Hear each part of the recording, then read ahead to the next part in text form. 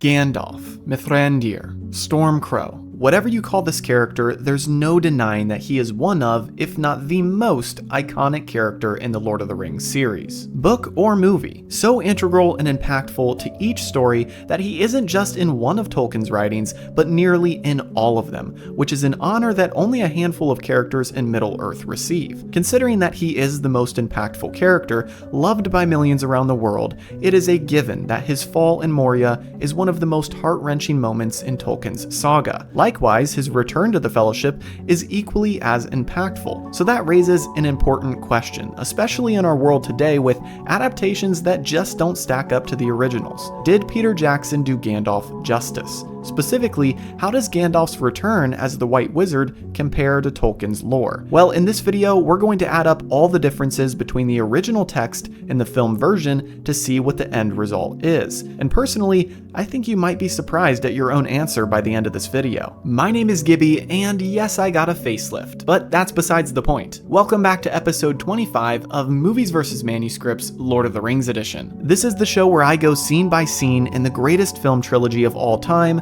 yeah, I said it, and compare them to Tolkien's original works, to find every single difference along the way. Although Peter Jackson's adaptations took many creative liberties throughout each book and movie to craft the story in a way that fits a film format, sometimes for better and sometimes for worse, I still believe that there's no denying Jackson and Ian McKellen's Gandalf is one of the best parts of the films. Today, I wanted to put that to the test, as I dive deeper into the next scene of The Two Towers, which is Gandalf's return to our three hunters in Fangorn Forest.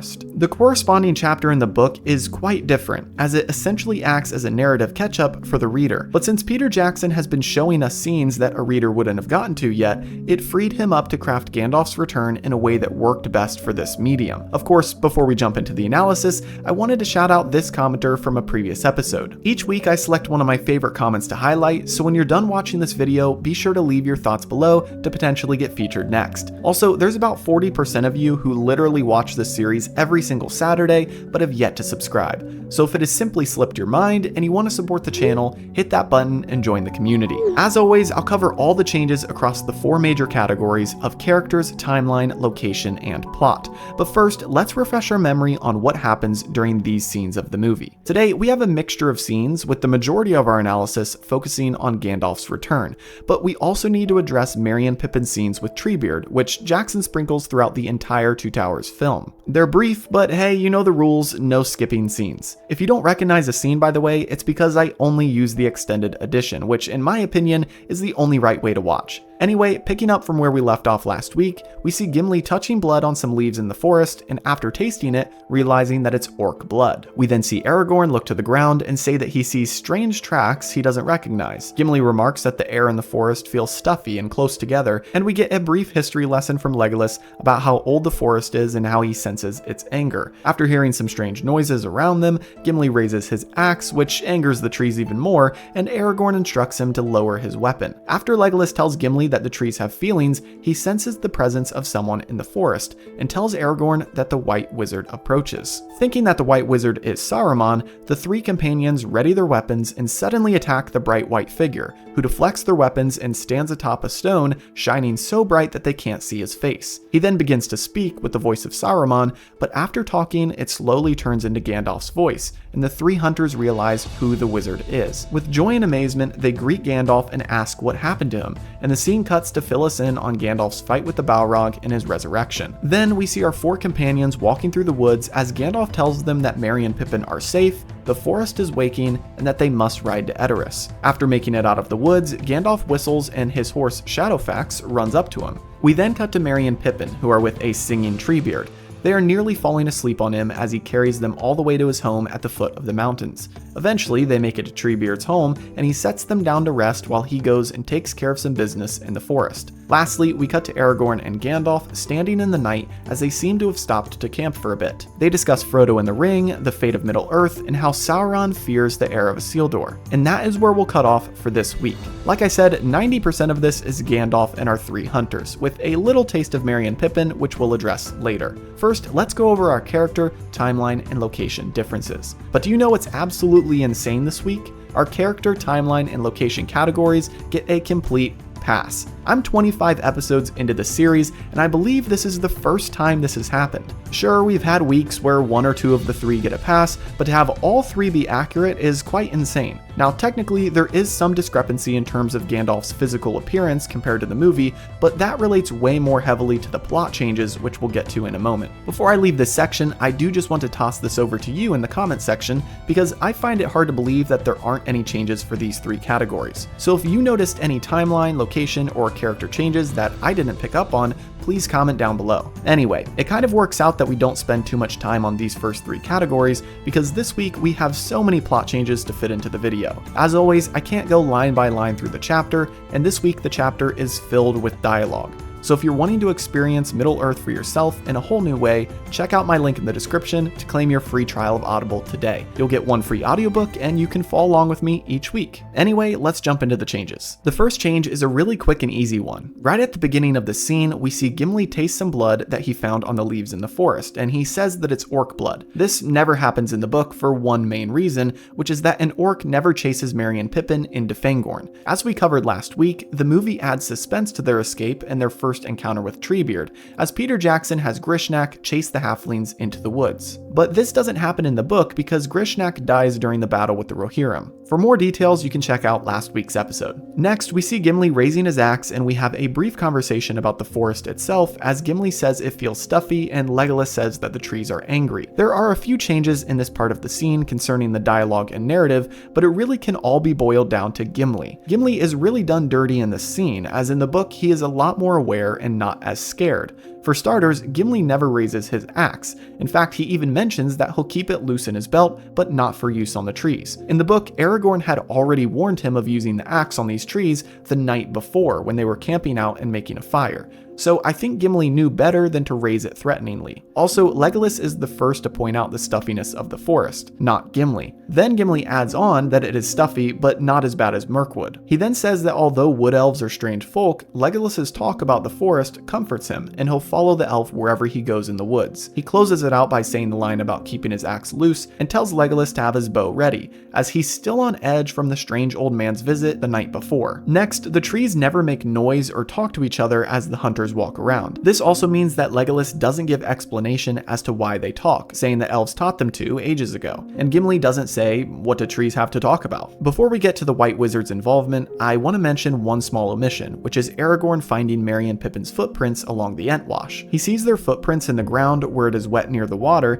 and guesses correctly that the hobbits stopped for a drink. He then puts his tracking prowess to the test and notes that the prints seem to be 2 days old. In the movie, they boil this moment down to the one line about Aragorn seeing some tracks that he doesn't recognize. Now we come to our trio's encounter with the White Wizard, the climax of these scenes. The book is drastically different, so I'll do my best to cover these in the best order possible. The first change is that Legolas doesn't warn Aragorn in Elvish that a stranger is approaching. He actually warns Gimli first. Remember, at this point, Gimli and Legolas are pretty close friends, and this is another moment that displays their growing bond. Plus, Gimli has been on high alert since he saw the old man by their fire the night before, so it makes sense that Legolas would warn him first. Also, speaking to Aragorn in Elvish would be quite rude as Gimli can't understand it. Next, a key change for the film is the way in which our companions meet the White Wizard and realize his true identity. In the movie, there is a quick moment with a brief suspense and then a climactic payoff as Gandalf fends off their attacks and then slowly reveals his voice and face. But in the book, it's a lot more steady and methodical. After Legolas points out the approaching figure to Gimli, the 3 companions look on and see that it's an old hunched beggar in tattered clothing with a walking stick. The old man isn't looking towards them, and Tolkien writes that in better lands they would have kindly greeted the stranger, but given the circumstances and the fact that Gimli saw a very similar figure the night before,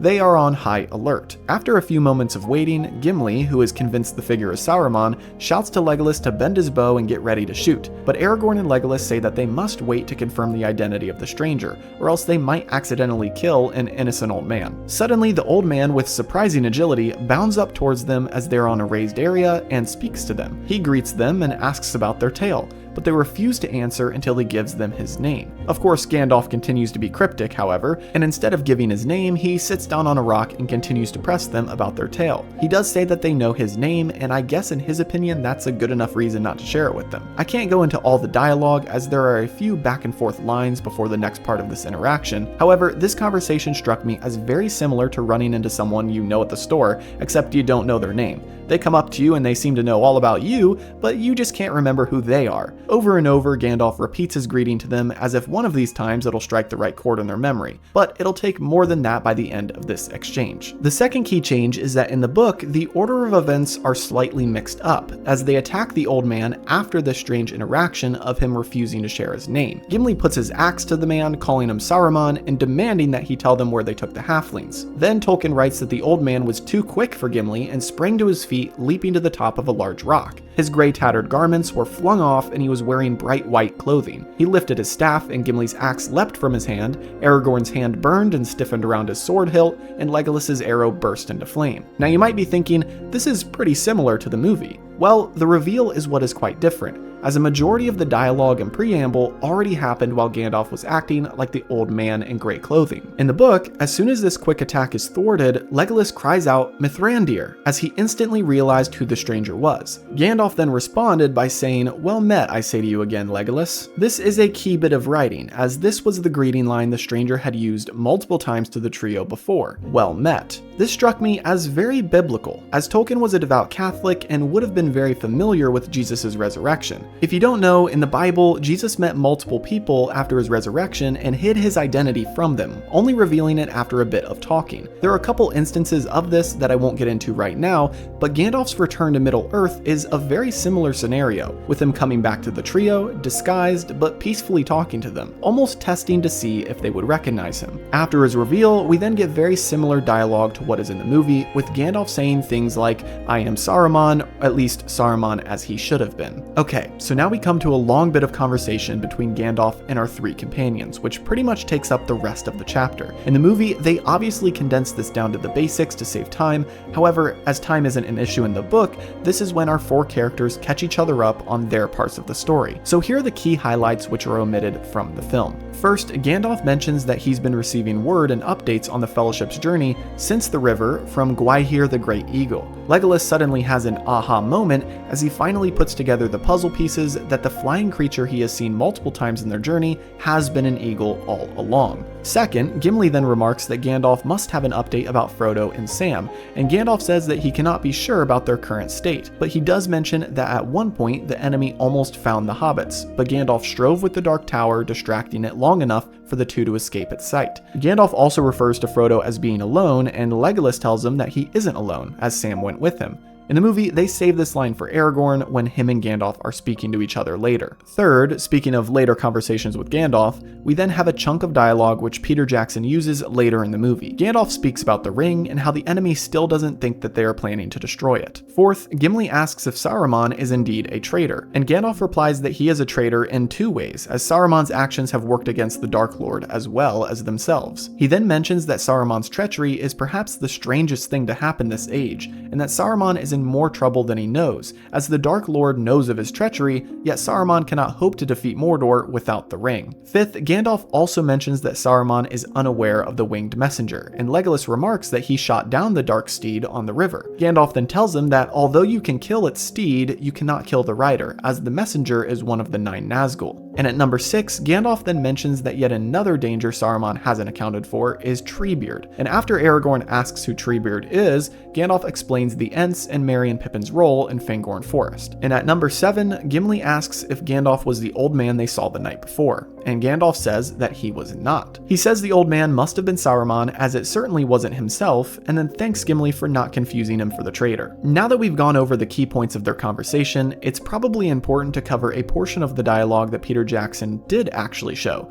which is Gandalf's battle with the Balrog. In truth, this seems to be fairly similar to the book description, despite it being heavily condensed. For example, in the book, we learn more about the full account as Gandalf explains that he was burned as he went down to the center of the mountain and then nearly froze in the cold depths of the water.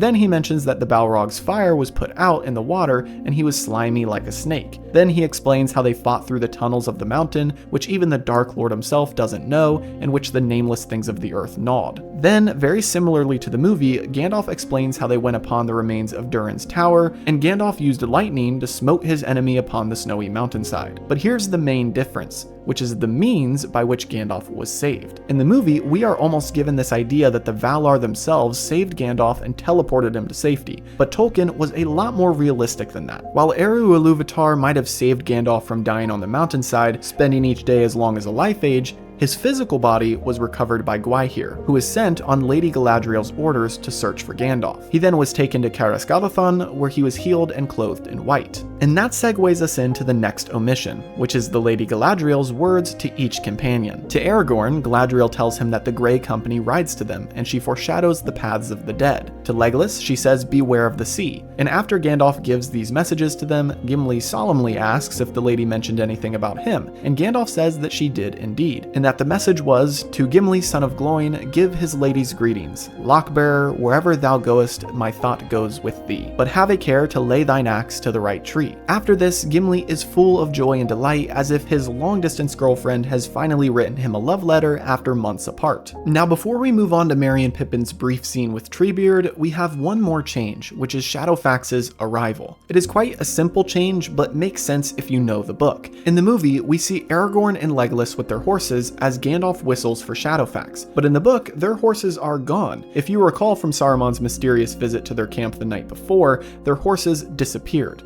Whether set loose or run off to frolic with Shadowfax, I don't know. But what happens during this moment in the book is that after Gandalf whistles, all three horses run up, not just Shadowfax. In the book, according to Legolas, he believes that the horses ran off because they sensed Shadowfax's presence nearby. So I guess we'll just consider that the facts for now. Next, this week's scenes end with two brief interactions. First, Merry and Pippin with Treebeard, and then Gandalf and Aragorn talking. There's only one small change for each moment, so let's start with Merry, Pippin, and Treebeard. Treebeard doesn't just set the halflings down as they sleep and then leave them as Jackson shows in the movie. Once they arrive at his home, they are both still awake, and Treebeard asks where they will stand to sleep. This is because Ents sleeps standing up, and he tells them that he's going to stand in the rain as he sleeps. Merry and Pippin then remark that they sleep lying down, not standing up, and then they find a comfy place to rest. Finally, we end off with Gandalf speaking to Aragorn, and there's not much of a change other than the fact that we don't explicitly get a moment like this in the book. This mainly seems to be an additional point of context for the viewers,